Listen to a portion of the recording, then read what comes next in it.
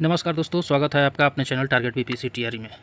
दोस्तों, जैसे कि आप जान रहे हैं कि हम लोग बिहार पुलिस का प्रैक्टिस सेट चला रहे हैं किरण प्रकाशन का। उसमें आज किरण प्रकाशन का सेट नंबर 4 का डिस्कशन आज करने वाले हैं। बहुत ही बेहतरीन सेट है दोस्तों, और सेक्शन वाइज दिया हुआ है। हिंदी, एसएसटी, साइंस, सबका अलग अलग सेट वाइज सेक्शन वाइज दिया हुआ है। दोस्तों, लास्ट तक हमारे वीडियो में बने रहिएगा और देखिएगा। बहुत ही एकदम एग्ज़ाम पॉइंट ऑफ व्यू से इसमें क्वेश्चन दिया हुआ है। बहुत ही कम समय है आपके एग्ज़ाम में दोस्तों, दिल लगा के अंत तक पढ़िए। और ये क्वेश्चन है हूबहू एग्ज़ाम में छपने वाला क्वेश्चन है दोस्तों, घबराइएगा नहीं और धैर्य रहकर लास्ट तक देखिए। आज सेट नंबर 4 का हम डिस्कशन करने वाले हैं, बिहार पुलिस का किरण प्रकाशन का। दोस्तों, बिना देरी करिए चलिए अब सेट को शुरू करते हैं। इससे पहले छोटी सी आप लोगों से रिक्वेस्ट है कि हमारे चैनल को लाइक, शेयर और सब्सक्राइब जरूर कीजिएगा। कम से कम एक ग्रुप में आप शेयर जरूर कर दीजिएगा। तो चलिए शुरू करते हैं। आज का पहला क्वेश्चन है मॉडल प्रैक्टिस नंबर 4 का दोस्तों। पहला क्वेश्चन कह रहा है, देखिए हिंदी का क्वेश्चन है। हिंदी सेक्शन स्टार्ट होता है दोस्तों। पहला क्वेश्चन कह रहा है दोस्तों कि उस विकल्प का चयन करें जो दी गई लोकोक्ति का सही अर्थ है। यानी कि लोकोक्ति दिया गया है, आँख का अंधा गांठ का पूरा, यानी आँख का जो अंधा हो लेकिन गांठ का पूरा हो। यानी कि मूर्ख तो व्यक्ति है लेकिन एकदम हिसाब किताब अपना बराबर रखता है, या कि मूर्ख व्यक्ति लेकिन धनी। इसका ऑप्शन नंबर क्या हो जाएगा? 2 हो जाएगा, मूर्ख धनी व्यक्ति। अगला 2 नंबर क्वेश्चन देखते हैं दोस्तों। 2 नंबर क्वेश्चन कहता है दोस्तों कि सही विकल्प का चयन करें जो कोएंस के लिए एक शब्द है आदि से अंत, आदि से अंत तक। तो इसका सही आंसर हो जाता है दोस्तों आद्योपतांत। ऑप्शन नंबर 2 सही है। अगला क्वेश्चन देखते हैं दोस्तों 3 नंबर। 3 नंबर क्वेश्चन कहता है हिंदी का दोस्तों कि उस विकल्प का चयन करें जो दिए गए शब्द का तद्भव रूप है अटलाटिका। तो अटलाटिका का तद्भव रूप, सही तद्भव रूप है दोस्तों अटारी। ऑप्शन नंबर 1 आंसर हो जाएगा। 4 नंबर क्वेश्चन देखते हैं दोस्तों। 4 नंबर क्वेश्चन कह रहा है दोस्तों कि मेरी जेब में 10 रुपये है, वाक्य में प्रयुक्त काल कौन सा है? माने कौन सा काल, टेंस का बात कर रहा है। तो यहाँ हो जाएगा, एक में कह रहा है संदिग्ध वर्तमान काल, यानी संदिग्ध तो इसमें है नहीं, दुविधा में नहीं है, सीधे कह रहा है कि मेरे जेब में है।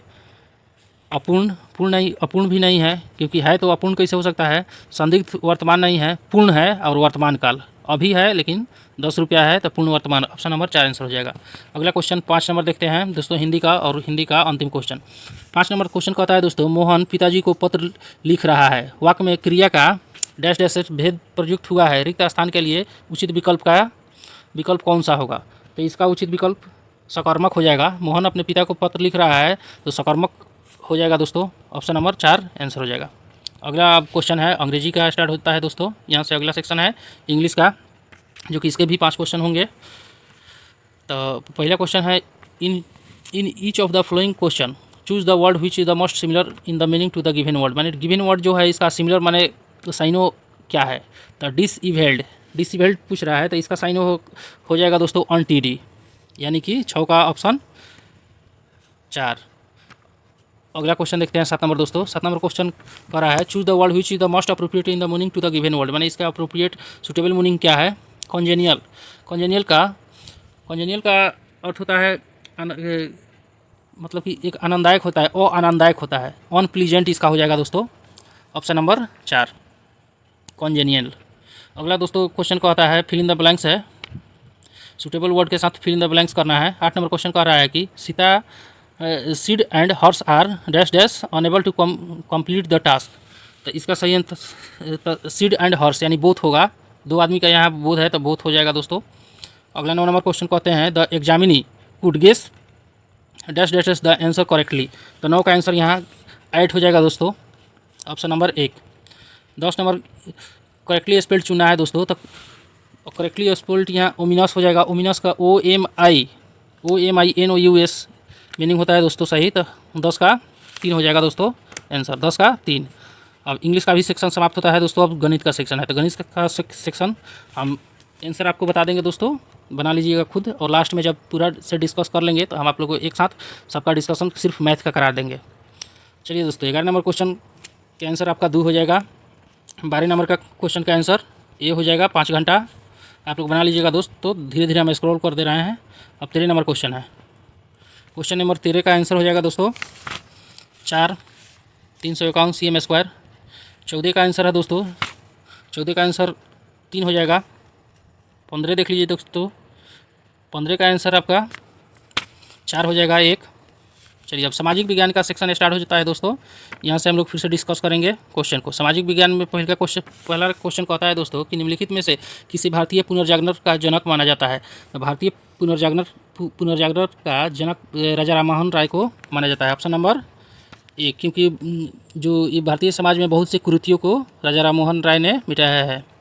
अगला क्वेश्चन देखते हैं। अगला क्वेश्चन 17 कहता है दोस्तों कि भारतीय संविधान के अनुसार निम्नलिखित में से क्या संविधान के निकाय की संस्था है, माने संवैधानिक संस्था क्या है। तो इसमें हो जाएगा ऑप्शन नंबर 1 में है दोस्तों वित्त आयोग, 2 में है राष्ट्रीय विकास परिषद यानी NDC, 3 में है योजना आयोग, 4 में है इनमें से कोई नहीं। तो सबसे भारतीय संवैधानिक निकाय है दोस्तों वित्त आयोग, ऑप्शन नंबर 1, जिसका जिक्र संविधान के आर्टिकल 280 में किया गया है। वित्त आयोग की चर्चा कहाँ है संविधान में दोस्तों, आर्टिकल 280 में। अगला क्वेश्चन 18 नंबर देखते हैं दोस्तों। 18 नंबर क्वेश्चन कहता है दोस्तों कि डेमोक्रेसी शब्द किस भाषा से लिया गया है। तो डेमोक्रेसी शब्द जो है दोस्तों ग्रीक भाषा से लिया गया है। डेमोक्रेसी का अर्थ होता है कि जनता का शासन। अगला क्वेश्चन देखते हैं दोस्तों 19 नंबर क्वेश्चन कहता है दोस्तों कि हर्षचरित्र के लेखक कौन है। तो हर्षचरित्र के लेखक कौन है दोस्तों, वानभट्ट हो जाएंगे। आसान सा क्वेश्चन है हर्षचरित्र वानभट्ट का। अगला क्वेश्चन 20 नंबर देखते हैं दोस्तों। 20 नंबर क्वेश्चन कहता है दोस्तों कि सरे जहाँ से अच्छा हिंदुस्तान हमारा गीत किसने लिखा है। आसान सा क्वेश्चन ये भी है कि क्या हो जाएगा दोस्तों, मोहम्मद इकबाल इसका सही आंसर, मोहम्मद इकबाल। 3 नंबर सरे जहाँ से अच्छा हिंदुस्तान हमारा मोहम्मद इकबाल लिखे हैं। कब इसका प्रकाशन हुआ, तो 1904 में प्रकाशित हुआ था ये। अगला क्वेश्चन देखते हैं 21 नंबर क्वेश्चन कहता है दोस्तों कि प्रथम बौद्ध परिषद कहाँ आयोजित हुई थी। तो आप जान रहे हैं कि 4 बौद्ध संगीतियाँ हुई थी। सबसे पहला वाला कहाँ हुआ था दोस्तों, राजगीर में हुआ था पहला वाला। दूसरा वाला कहाँ हुआ था दोस्तों, वैशाली में हुआ था। तीसरा वाला कहाँ हुआ था दोस्तों, पाटलिपुत्र में हुआ था। और चौथा बौद्ध संगीति कहाँ हुआ था, कश्मीर में, कश्मीर के कुंडलवर में हुआ था। और इसके अध्यक्ष थे अजातशत्रु, कालाशोक, अशोक। देखिए सबसे पहला जो हुआ था राजगीर में 483 ईस्वी में, दूसरा हुआ था वैशाली में 383 ईस्वी पूर्व, चौथा हुआ था 251 ईस्वी पूर्व, तीसरा पाटलिपुत्र में, और चौथा कश्मीर में ईस्वी के प्रथम सदी में। अगला क्वेश्चन देखते हैं दोस्तों 22 नंबर क्वेश्चन कहता है दोस्तों कि भारत में स्थानीय स्वशासन का जनक किसे कहा जाता है। तो आप लोग जानते हैं लॉर्ड रिपन को क्या कहा जाता है, स्थानीय स्वशासन का जनक। ऑप्शन नंबर 1 हो जाएगा लॉर्ड रिपन। अगला क्वेश्चन 23 नंबर कहता है दोस्तों कि बड़ी फार्मों की कम संख्या वाले बाजार को क्या कहते हैं। फार्म तो बड़ी हो लेकिन संख्या उसका कम हो तो अल्पाधिकार, कम होगा तो अल्प लोगों का बाजार होगा तो अल्पाधिकार हो जाएगा। और जहाँ एक ही बेचने वाला होता है तो एकाधिकार उसको कहते हैं दोस्तों। देखिए अगला क्वेश्चन कह रहा है कि एकाधिकार बाजार संरचना में विक्रेताओं की संख्या कितनी होती है। यही आपको अभी बताया है। तो एक ही बेचने वाला होता है तो एकाधिकार होता है, उसका जो मर्जी है वो अपने सामान का कीमत लगा सकता है एकाधिकार में। लेकिन बाजार के नियम कहता है कि बेचने वाला भी ज़्यादा होना चाहिए और ख़रीदने वाला भी ज़्यादा होना चाहिए। अगला क्वेश्चन 25 नंबर कहता है दोस्तों कि निम्नलिखित में से किसके बीच सही मेल है, यानी कि सही इसका मिलान करना है। तो सबसे पहला असहयोग आंदोलन। असहयोग आंदोलन सुरेंद्र नाथ पराल जी, नहीं ये दोस्तों गलत है। असहयोग आंदोलन सबसे पहले हुआ था कब दोस्तों, 1920-22 में। और इसके जो अध्यक्षता इसमें किए थे महात्मा गांधी किए थे। 1920 में हुआ था। ये हो जाएगा MK गांधी। और 2 नंबर क्वेश्चन कहता है दोस्तों 2 नंबर ऑप्शन स्वदेशी आंदोलन। तो जो स्वदेशी आंदोलन हुआ था 1905 में हुआ था। रविन्द्रनाथ टैगोर इसमें नहीं थे, स्वदेशी आंदोलन जो हुआ था। और 3 नंबर क्वेश्चन कह रहा है कि भारतीय राष्ट्रीय सेना सुभाष चंद्र बोस। तो ये ऑप्शन सही हो जाएगा दोस्तों। भारतीय राष्ट्रीय सेना का गठन किसने किया था, सुभाष चंद्र बोस ने। और इसके कैप्टन, इस सेना के कैप्टन कौन थे, कैप्टन मोहन सिंह थे। अगला क्वेश्चन देखते लेते हैं 26 नंबर दोस्तों। 26 नंबर क्वेश्चन कहता है कि भारतीय संविधान के निम्नलिखित में से किस भाग में सामाजिक एवं आर्थिक लोकतंत्र को सुनिश्चित किया गया है। तो इसका सही आंसर हो जाएगा दोस्तों 26 नंबर का, राज्य के नीति निर्देशक तत्व को। सामाजिक एवं आर्थिक लोकतंत्र को सुनिश्चित किस में किया गया है, नीति निर्देशक तत्व में।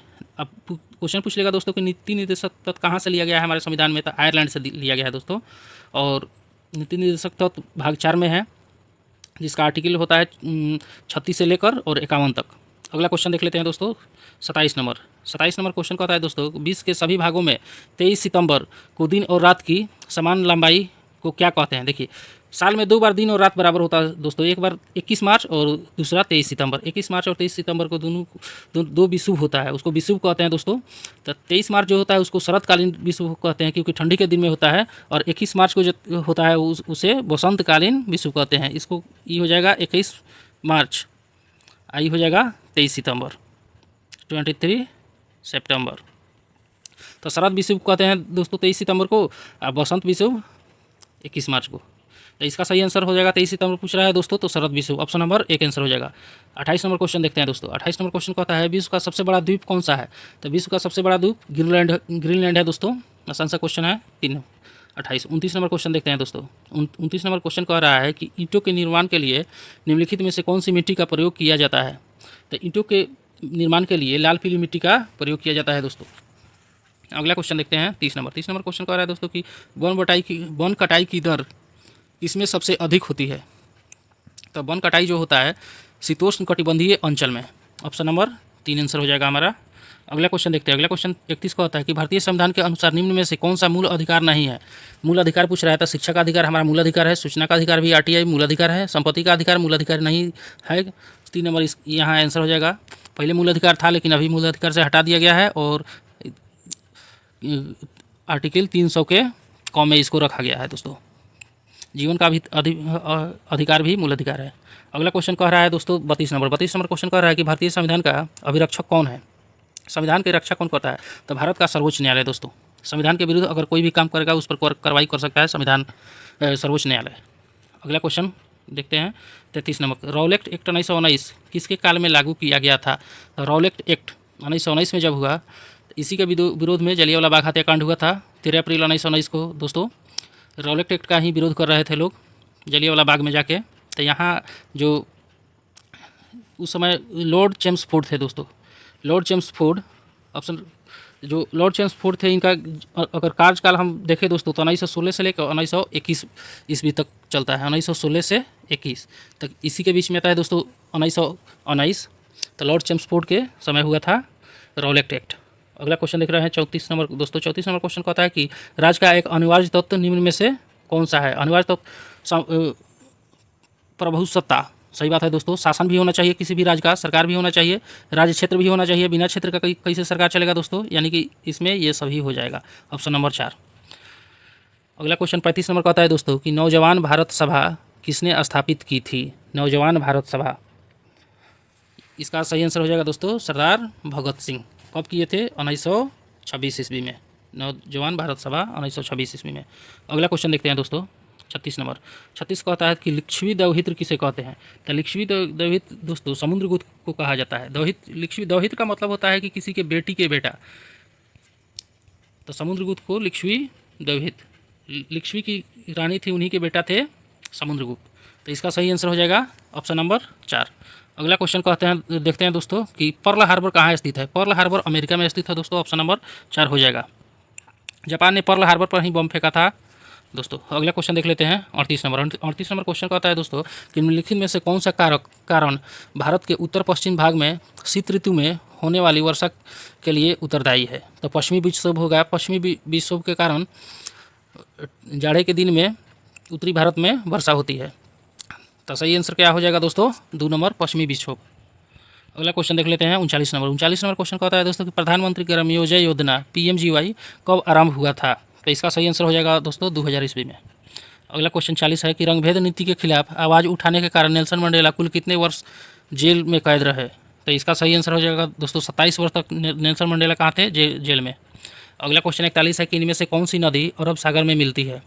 अरब सागर यानी कि भारत के बाएं तरफ, तो ब्रह्मपुत्र जो है बंगाल की खाड़ी में गिरती है, सिंधु जो है गोदावरी बंगाल की खाड़ी, कृष्णा बंगाल की खाड़ी में ही जाती है, लेकिन ये सिंधु नदी है तिब्बत के मानसरोवर से निकलकर और हमारे देश पंजाब जम्मू कश्मीर होते हुए पाकिस्तान में जाती है, पाकिस्तान के बाद अरब सागर में जाके गिर जाती है दोस्तों। अगला क्वेश्चन देखते हैं 42 नंबर। 42 नंबर क्वेश्चन कहता है दोस्तों कि इनमें से कौन उड़ीसा की पारंपरिक चित्रकारी है? उड़ीसा की चित्रकारी पटचित्र है दोस्तों। मधुबनी जो है बिहार का है। अगला क्वेश्चन देखते हैं 43 नंबर। इनमें से कौन सा रिजर्व बैंक का गवर्नर नहीं रहा है? तो देखिए दोस्तों मनमोहन सिंह ये रहे हैं, उर्जित पटेल हाल ही में थे। रघुराम राजन ये भी रहे हैं, लेकिन सुनील अरोड़ा ये नहीं रहे हैं दोस्तों। जो सुनील अरोड़ा है दोस्तों 23वें मुख्य चुनाव आयुक्त थे भारत के। अगला क्वेश्चन 44 नंबर देखते हैं दोस्तों। 44 नंबर क्वेश्चन का आता है दोस्तों कि इनमें से कौन बाणभट्ट द्वारा लिखित प्राचीन पुस्तक है, यानी कि बाणभट्ट इसमें से कौन सा पुस्तक लिखे हैं, तो कादम्बरी जो है बाणभट्ट द्वारा लिखित पुस्तक है। अगला क्वेश्चन 45 का होता है दोस्तों कि डेबिट कार्ड पर कितने संख्याएं होती है, तो डेबिट कार्ड पर कितना होता है 16 संख्या होता है। आधार कार्ड पर कितना होता है दोस्तों 12 होता है। अगला क्वेश्चन 46 देखिए दोस्तों कि इनमें से कौन सी घटना लॉर्ड कर्जन के से संबंधित है। लॉर्ड कर्जन पहला ही ऑप्शन है दोस्तों बंगाल का विभाजन जो कि 1905 में हुआ था। किसके शासनकाल में हुआ था, लॉर्ड कर्जन थे अभी उस समय। यही आंसर हो जाएगा दोस्तों 46। अब 47 नंबर दोस्तों ऑप्शन पढ़ते हैं। 47 नंबर क्वेश्चन कह रहा है कि भारतीय संविधान में कितनी अनुसूची है, तो भारतीय संविधान में दोस्तों की 22 अनुसूची है। भाग अगर पूछ लेगा तो सॉरी दोस्तों 12 अनुसूची है, भाग पूछे तो 22 भाग है, और अनुच्छेद पूछे तो 395 अनुच्छेद है। अगला क्वेश्चन देखते हैं 48 नंबर। 48 नंबर क्वेश्चन कहता है दोस्तों कि जनसंख्या 2011 के अनुसार भारत का जनघनत्व कितना है, तो 2012 के अनुसार दोस्तों भारत का जनघनत्व जो है 382 व्यक्ति प्रति वर्ग किलोमीटर है। अगर बिहार के पूछ ले तो बिहार में 1106 हो जाएगा दोस्तों, 1106 व्यक्ति प्रति वर्ग किलोमीटर, जो कि एवरेज भारत से बहुत ही ज़्यादा है। अगला क्वेश्चन 49 नंबर कहता है दोस्तों 49 नंबर की भारतीय संविधान के किस अनुच्छेद के तहत हिंदी को अधिकारित राजभाषा घोषित किया गया है, तो इसका सही आंसर हो जाएगा अनुच्छेद 343। ऑप्शन नंबर 2 आंसर हो जाएगा दोस्तों। अगला क्वेश्चन और सामाजिक विज्ञान का लास्ट क्वेश्चन देखते हैं दोस्तों 50 नंबर के सिखों के 5वें गुरु कौन थे, तो सिखों के 5वें गुरु अर्जुन देव थे। Option number 3। अब अगला क्वेश्चन विज्ञान का स्टार्ट हो रहा है दोस्तों। देखिए विज्ञान का पहला क्वेश्चन कहता है दोस्तों कि जो ठोस उच्च ताप पर विद्युत का वहन करते हैं परंतु निम्न ताप पर नहीं, वे कहलाता है। देखिए जब ताप बढ़ा देंगे दोस्तों तो इलेक्ट्रिसिटी पास होने लगेगा, लेकिन ताप अगर स्थिर रहेगा नॉर्मल टेम्परेचर पर क्या होगा, इलेक्ट्रिसिटी पास नहीं होगा। उसको क्या कहते हैं, अर्धचालक। क्योंकि हम लोग जानते हैं सेमीकंडक्टर में क्या होता है, टेम्परेचर बढ़ाने पर वो कंडक्टर की तरह व्यवहार करता है। अगला क्वेश्चन देखते हैं 52 नंबर। 52 नंबर क्वेश्चन कहता है दोस्तों कि निम्न में से अधिकतम द्रव्यमान किसका है, electron, proton, neutron, hydrogen, nucleus. तो सबसे ज़्यादा इसमें द्रव्यमान न्यूट्रॉन का हो जाता है दोस्तों। 3 नंबर आंसर हो जाएगा। अगला क्वेश्चन कहता है दोस्तों कि दूरदर्शन चैनल की विशिष्टता है। क्वेश्चन नंबर 53 है दोस्तों कि दूरदर्शन चैनल की क्या विशिष्टता है, तो प्रेषित संकेत की आवृत्ति। इसका सही आंसर क्या हो जाएगा दोस्तों, प्रेषित संकेत की आवृत्ति। ऑप्शन नंबर 1 हो जाएगा। अगला क्वेश्चन देखते हैं 54 नंबर। 54 नंबर क्वेश्चन कहता है दोस्तों कि जल का घनत्व 1 ग्राम प्रति क्यूबिक सेंटीमीटर है। यह बिल्कुल सही है। कितना पर होता है, तो 4 डिग्री सेल्सियस पर यह सही होता है। टेम्परेचर कितना रखना पड़ता है दोस्तों, 4 डिग्री सेल्सियस। अगला क्वेश्चन 55 नंबर कह रहा है दोस्तों कि प्रकाश संश्लेषण प्रक्रिया में परिवर्तन निहित है। प्रकाश संश्लेषण प्रक्रिया में क्या परिवर्तन निहित है, तो इसका सही आंसर हो जाएगा दोस्तों 3 नंबर, सौर ऊर्जा का रासायनिक ऊर्जा में बदलना। 55 हो गया दोस्तों। अब 56 नंबर क्वेश्चन देखेंगे दोस्तों। हमारे चैनल को सब्सक्राइब कर लीजिए, लाइक शेयर दबा के कर दीजिए। अगला क्वेश्चन 56 नंबर देखते हैं दोस्तों कि किसी द्रव में एक कोलाइडी तंत्र एक द्रव में परिक्षेपित करने पर कहलाता है। तो किसी द्रव में एक कोलाइडी तंत्र एक द्रव में परिक्षेपित करने पर उसे क्या कहते हैं, इमल्सन। ऑप्शन नंबर 2 आंसर हो जाएगा दोस्तों। 57 नंबर क्वेश्चन कहता है दोस्तों कि ऊँट में जीनोमिक यानी कि डीएनए अध्ययन हाल में कहाँ के वैज्ञानिकों ने पूरे कर लिए हैं, तो चीन और मंगोलिया दोनों के वैज्ञानिक मिलकर क्या किए हैं, ऊँट के डीएनए अध्ययन हाल ही में पूरे कर लिए हैं। अगला क्वेश्चन 58 नंबर देखेंगे। 58 नंबर क्वेश्चन कहता है दोस्तों कि PM 2.5 दर्शाने वाली वायु की गुणवत्ता अधिक खतरनाक होती है। इसका सही आंसर हो जाएगा दोस्तों वृद्ध पुरुषों और महिलाओं के लिए। Option number 4। 59 नंबर क्वेश्चन कहता है पाइप्ड प्राकृतिक गैस यानी PNG का प्रयोग किया जाता है। PNG का प्रयोग यानी कहाँ किया जाता है दोस्तों, तो भोजन बनाने के लिए PNG का प्रयोग किया जाता है। अगला क्वेश्चन 60 नंबर को देखते हैं कि निम्न में से कौन सी अंतःस्रावी ग्रंथि गर्दन में स्थित है, तो गर्दन में हमारे आउटी या थायराइड ग्रंथि अवस्थित होता है दोस्तों, जो कि बढ़ जाता है अगर आयोडीन का कमी हो जाए तो। पीयूष ग्रंथि जो है दोस्तों हमारे मास्टर ग्लैंड भी इसे कहते हैं। जो ये पीयूष ग्रंथि है इसको मास्टर ग्रंथि कहते हैं। ये क्या हमारे कनपट्टी के नीचे रहता है। अधिक अग्नाय से ही तो अंदर की ग्रंथियाँ हैं दोस्तों हमारी पेट की। अगला क्वेश्चन देखते हैं 61 नंबर। 61 कहता है दोस्तों कि वयस्क मानव में रुधिर की सामान्य मात्रा होती है। तो वयस्क मानव में रुधिर यानी कि ब्लड 5 लीटर होता है दोस्तों। अगला क्वेश्चन, वयस्क में खाली पेट रुधिर ग्लूकोज स्तर mg/100 ml कितना होता है? तो इसका रेंज होता है दोस्तों 100 से 120, सॉरी दोस्तों 80 से 120, उसी के बीच में 100 यहाँ ऑप्शन में आ गया है। तो यही 3 नंबर आंसर हो जाएगा दोस्तों 100। अगला क्वेश्चन देखते हैं दोस्तों, एक्सोबायोलॉजी एक विज्ञान है जिसका संबंध किससे है? तो एक्सोबायोलॉजी का संबंध बाह्य अंतरिक्ष में जीवन के साथ है, यानी अंतरिक्ष के बाहर जो जीवन है बाह्य अंतरिक्ष में जीवन के साथ। 64 नंबर क्वेश्चन कहता है दोस्तों कि रेडियो संचार में प्रेषण एंटीना द्वारा उत्सर्जित संकेत प्रतिबिंब होता है। तो इसका सही आंसर हो जाएगा, जो रेडियो संचार जो होता है वो आयन मंडल से होता है, क्षोभ मंडल में जो होता है मौसमी घटनाएं होती है, समताप मंडल में जो वायुयान उड़ते हैं दोस्तों, ओजोन मंडल आप जान रहे हैं, हमें ओजोन मंडल क्या करता है, हमें स्किन कैंसर से बचाता है, पराबैंगनी किरण को नहीं आने देता है। 64 हो गया दोस्तों। 65 नंबर क्वेश्चन देखेंगे। फिर से आपसे एक बार रिक्वेस्ट करना चाहते हैं दोस्तों कि हमारे चैनल को लाइक शेयर और सब्सक्राइब दबा के कीजिए। बहुत मेहनत करते हैं हम आपके लिए, तब कंटेंट ला पाते हैं। तो आप लोग से यही अपील रहेगा कि हमारे चैनल को सब्सक्राइब कर लीजिए दोस्तों, और लाइक और अपने कम से कम एक ग्रुप में शेयर जरूर कर दीजिए। 65 नंबर क्वेश्चन कहता है दोस्तों, देखिए कि निम्नलिखित में से कौन सी दवा मांसपेशियों में दर्द से राहत दिलाने के लिए उपयोग किया जाता है? तो दर्द से राहत पीड़ा नाशक दिलाता है दोस्तों ऑप्शन नंबर 1। प्रतिजैविक एंटीबायोटिक है दोस्तों ये, जो कि किसी भी प्रकार के किसी भी रोग में काम करता है एंटीबायोटिक दोस्तों। रोगाणुनाशक, रोगाणु को नाश करता है। विषनाशक औषधि, यानी कि ये विष को नाश खत्म करता है शरीर से।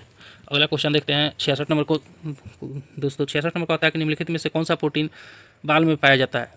तो देखिए दोस्तों, यहाँ ऑप्शन नंबर हिस्टोन नहीं है, इलास्टिन नहीं होगा, एक्टिन नहीं होगा, केरेटिन होगा। केरेटिन में जो बाल में पाया जाता है, नाखून में पाया जाता है, खुर में पाया जाता है जानवर के, तो ऑप्शन नंबर 2 हो जाएगा दोस्तों, केराटिन। 67 नंबर क्वेश्चन कहता है दोस्तों, 67 नंबर क्वेश्चन देख लेते हैं कि एक कोशिका के केंद्रक में कौन सा द्रव्य पाया जाता है? तो कोशिका के केंद्रक में न्यूक्लियोप्लाज्म पाया जाता है। न्यूक्लियस माने कोशिका ही होता है दोस्तों, ऑप्शन नंबर सी न्यूक्लियोप्लाज्म।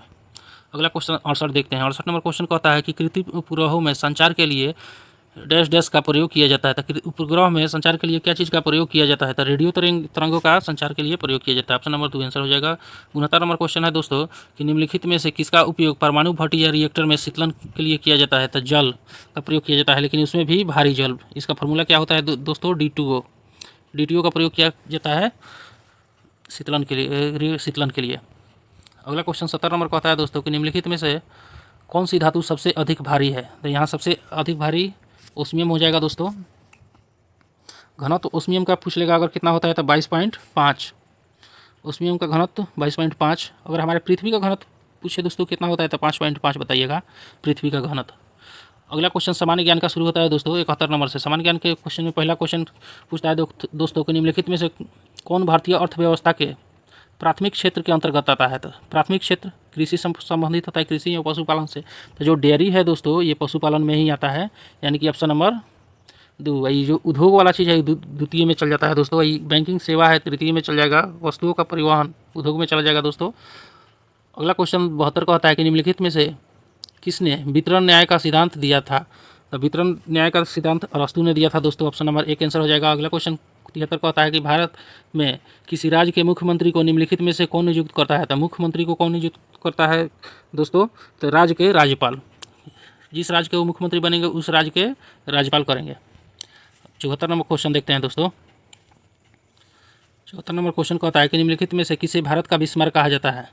बढ़िया क्वेश्चन है दोस्तों कि भारत का बिस्मार्क सरदार वल्लभ भाई पटेल को कहा जाता है। और कहा क्यों जाता है दोस्तों कि भारत में जो 562 देशी रियासतें थे उनको एक साथ विलय करने का काम किसने किया था? तो सरदार वल्लभ भाई पटेल ने। अगला क्वेश्चन 75 नंबर ये कहता है दोस्तों कि सिंधु घाटी सभ्यता में लोथल निम्नलिखित में से किसके लिए प्रसिद्ध है? तो लोथल एक बंदरगाह है दोस्तों। तो 75 नंबर का आंसर क्या हो जाएगा? बंदरगाह, जो कि गुजरात में है दोस्तों। लोथल कहाँ है दोस्तों? गुजरात में एक बंदरगाह है। अगला क्वेश्चन 76 का होता है कि लॉर्ड मैकाले साधारणतया भारत में डैश डैश लाने से संबंधित है। तो मैकाले भारत में क्या लाए थे? तो अंग्रेजी शिक्षा। अंग्रेजी शिक्षा कौन लाया था दोस्तों? Lord Macaulay. 77 का होता है दोस्तों कि निम्नलिखित में से कौन सा युग्म सही नहीं है, गलत है? तो 0 डिग्री रेखा जो प्रधान मध्यांतर ये सही है। 0 डिग्री रेखांश भूमध्य रेखा रेखांश नहीं होता है, अक्षांश होता है दोस्तों, यानी कि यही गलत हो जाएगा।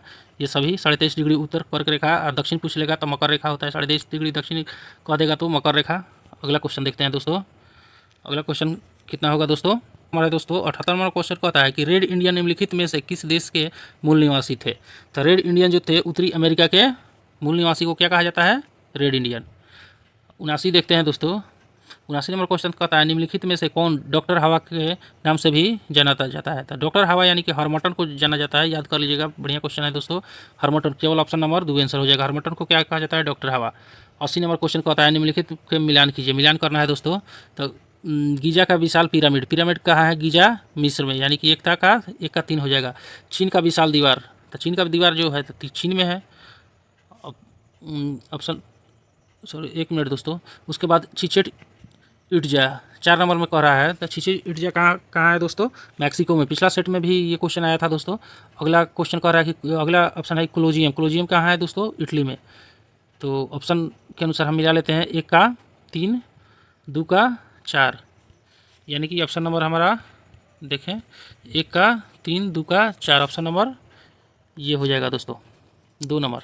अगला क्वेश्चन 81 में देखते हैं। 81 नंबर क्वेश्चन कहता है भारतीय ध्वज कब अपनाया गया था? तो भारतीय ध्वज को अपना लिया गया था दोस्तों 22 जुलाई 1947 को ही, आज़ादी के पहले ही। अगला क्वेश्चन 82 कहता है कि इनमें से पारसी नव वर्ष को किस नाम से जानते हैं? तो पारसी नव वर्ष को नवरोज के रूप में भी हम लोग जानते हैं। 83 नंबर क्वेश्चन कहता है दोस्तों कि समय परीक्षण टाइम्स ट्रायल इनमें से किस खेल से संबंधित है? तो टाइम्स ट्रायल जो है 83 नंबर दोस्तों की साइकिलिंग से संबंधित है। टाइम्स ट्रायल साइकिलिंग से संबंधित है। अगला क्वेश्चन 84 कहता है दोस्तों कि इनमें से किसने सबसे ज़्यादा बार केंद्रीय बजट प्रस्तुत किया? तो सबसे ज़्यादा बार केंद्रीय बजट प्रस्तुत करने का अभी तक रिकॉर्ड है दोस्तों मोरारजी देसाई के पास, ऑप्शन नंबर 3, जिन्होंने 10 बार पेश किया है केंद्रीय बजट। अगला क्वेश्चन 85 देखते हैं दोस्तों। 85 नंबर क्वेश्चन कहता है इनमें से किस राज्य में पीट या दलदली मृदा मुख्य रूप से नहीं पाई जाती है? पीट या दलदली मृदा मध्य प्रदेश में नहीं पाई जाती है दोस्तों, याद रखिएगा। अब स्टार्ट होता है अगला सेक्शन हमारा बिहार स्पेशल दोस्तों। बिहार स्पेशल में प्रथम क्वेश्चन है दोस्तों 86 नंबर की, गिरिधकूट पर्वत पर भगवान बुद्ध ने मौर्य राजा बिंबिसार को बौद्ध धर्म की दीक्षा दी थी। यह पर्वत कहाँ पर स्थित है? तो गिरिधकूट पर्वत कहाँ है दोस्तों? तो इसका सही आंसर हो जाएगा राजगीर में है दोस्तों। अगला क्वेश्चन 87 नंबर कहता है दोस्तों कि मध्यकाल में बिहार आए ईरानी यात्रियों से कौन एक धर्माचार्य था? तो इसमें से जो मुला बहानी जो थे, ऑप्शन नंबर 2 जो कह रहा है दोस्तों, सॉरी ऑप्शन नंबर 2 में है मुला बहानी, ये क्या थे? धर्माचार्य थे। अगला क्वेश्चन 88 कह रहा है दोस्तों, थोड़ा सा जूम कर लें। 88 नंबर क्वेश्चन कह रहा है दोस्तों कि सन 1857 में महान विप्लव का प्रारंभ पटना में किसने नेतृत्व में हुआ था? देखिए 1857 के क्रांति का नेतृत्व पटना से पीर अली कर रहे थे, पुस्तक विक्रेता थे पीर अली। अगला क्वेश्चन 89 कह रहा है कि सविनय अवज्ञा आंदोलन के दौरान बिहार में तारापुर गोलीकांड की घटना कब घटी थी? तारापुर में जो गोलीकांड था 15 फरवरी को घटी थी। देख लेते हैं दोस्तों, ऑप्शन नंबर 15 फरवरी 1932, देखिए ऑप्शन नंबर 4 आंसर हो जाएगा। 95 नंबर क्वेश्चन कहता है इसके बाद दोस्तों, सॉरी 95 नंबर क्वेश्चन नहीं, 90 नंबर क्वेश्चन होगा, इधर उधर थोड़ा सा हो गया है। 90 नंबर क्वेश्चन है दोस्तों कि अवसर गया से प्राप्त एक मंदिर का भग्नावशेष प्राप्त हुआ है, इसके दीवारों पर किस कथा का दृश्य अंकित है? तो नल दमयंती की प्रणय गाथा, ऑप्शन नंबर 2 आंसर है। 91 नंबर क्वेश्चन कहता है दोस्तों कि निम्नलिखित में से कौन सी नदी छोटा नागपुर पठार के दक्षिण भाग से निकलकर उत्तर की ओर बहती हुई गंगा या उसकी सहायक नदियों से मिल जाती है? बहुत अच्छा क्वेश्चन है दोस्तों। बागमती जो है वो छोटा नागपुर पठार के दक्षिण भाग से निकलती है और उत्तर की ओर बहती है। अगला क्वेश्चन 92 नंबर देखेंगे, क्वेश्चन इधर उधर हो जा रहा है दोस्तों। 92 नंबर क्वेश्चन है कि किस जैविक उद्यान या अभयारण्य का प्रमुख आकर्षण सांपों का घर है? तो इसका आंसर हो जाएगा संजय गांधी जैविक उद्यान, जो कि कहाँ है दोस्तों? पटना में है, पटना के बेली रोड में है। अगला क्वेश्चन 93 देखते हैं। 93 नंबर क्वेश्चन कहता है स्वतंत्रता पश्चात बिहार का प्रथम राज्यपाल कौन था? बिहार के प्रथम राज्यपाल स्वतंत्रता के बाद पूछ रहा है कि जयराम दास दौलत राम, यही आंसर हो जाएगा प्रथम। अगर सीएम पूछ दे तो श्री कृष्ण सिंह। अगला क्वेश्चन देखते हैं 94 नंबर क्वेश्चन कहता है दोस्तों कि बिहार के सबसे कम प्रति व्यक्ति सकल जिला घरेलू उत्पादन वाले 4 जिलों का क्रम बढ़ते क्रम या आरोही क्रम में सजाना है। बहुत बढ़िया क्वेश्चन है दोस्तों। तो इसका सबसे पहला हो जाएगा ऑप्शन नंबर 4 शिवहर, अररिया, सीतामढ़ी, तब पूर्वी चंपारण। बढ़ते हुए क्रम में इसको दे दिए। सबसे पहले क्या हो जाएगा? शिवहर, अररिया, सीतामढ़ी, पूर्वी चंपारण, ऑप्शन नंबर 4। अगला क्वेश्चन 95 नंबर का आता है दोस्तों कि बिहार राज्य के अनेक जिलों में बाढ़ पीड़ित कार्यक्रम चलाया जाता रहता है, इनमें से प्रमुख जिले कौन से हैं? तो इसका सही आंसर हो जाएगा दोस्तों 2 नंबर, दरभंगा, मधुबनी, सीतामढ़ी, सहरसा। बाढ़ इस समय बाढ़ पीड़ित कार्यक्रम चलाया जाता है। अब 96 नंबर क्वेश्चन देखते हैं दोस्तों। 96 नंबर क्वेश्चन कहता है हमारा कि प्रधानमंत्री नरेंद्र मोदी छठे बिम्स्टेक शिखर सम्मेलन में भाग लेने के लिए किस देश की यात्रा की है? बहुत बढ़िया क्वेश्चन है। ऑप्शन नंबर 1 है थाईलैंड, 2 है म्यांमार, 3 है बांग्लादेश और 4 नंबर क्वेश्चन है दोस्तों श्रीलंका। तो इसका सही आंसर हो जाएगा दोस्तों थाईलैंड, ऑप्शन नंबर 1। अगला क्वेश्चन देखते हैं 97 नंबर दोस्तों। उलांटा हुमायूं को मनी लॉन्ड्रिंग मामले में 15 साल की जेल की सज़ा सुनाई गई, वह किस देश के पूर्व राष्ट्रपति थे? तो इसका सही आंसर हो जाएगा दोस्तों पेरू। 98 नंबर क्वेश्चन कहता है कि व्यापार और विकास पर संयुक्त राष्ट्र सम्मेलन UNCTAD की नवीनतम रिपोर्ट के अनुसार भारत 2025 में कितने विकास दर के साथ सबसे तेज़ी से बढ़ने वाली प्रमुख अर्थव्यवस्था होगी? 6.5% दोस्तों। अगला क्वेश्चन 99 है कि 26/11 की द्वारा आरोपी कौन है जिसकी भारत को प्रत्यार्पण रोकने की याचिका को अमेरिकी सुप्रीम कोर्ट ने खारिज कर दी थी? तो इसका सही आंसर हो जाएगा दोस्तों कि तहबूर राणा जो है इसकी याचिका खारिज कर दी थी। अगला क्वेश्चन और आज का लास्ट क्वेश्चन है दोस्तों 2028 लॉस एंजिल्स ओलंपिक में आयोजित होने वाली क्रिकेट प्रतियोगिता के लिए स्थान को अंतिम रूप से दिया गया है। लॉस एंजिल्स किस देश में स्थित है? लॉस एंजिल्स कहाँ है? अमेरिका में है दोस्तों, USA। ऑप्शन नंबर 4 हो जाएगा। बहुत बहुत धन्यवाद दोस्तों हमारे वीडियो को देखने के लिए। चलिए दोस्तों, तो आज का सेट कंप्लीट हो गया। Thank you so much.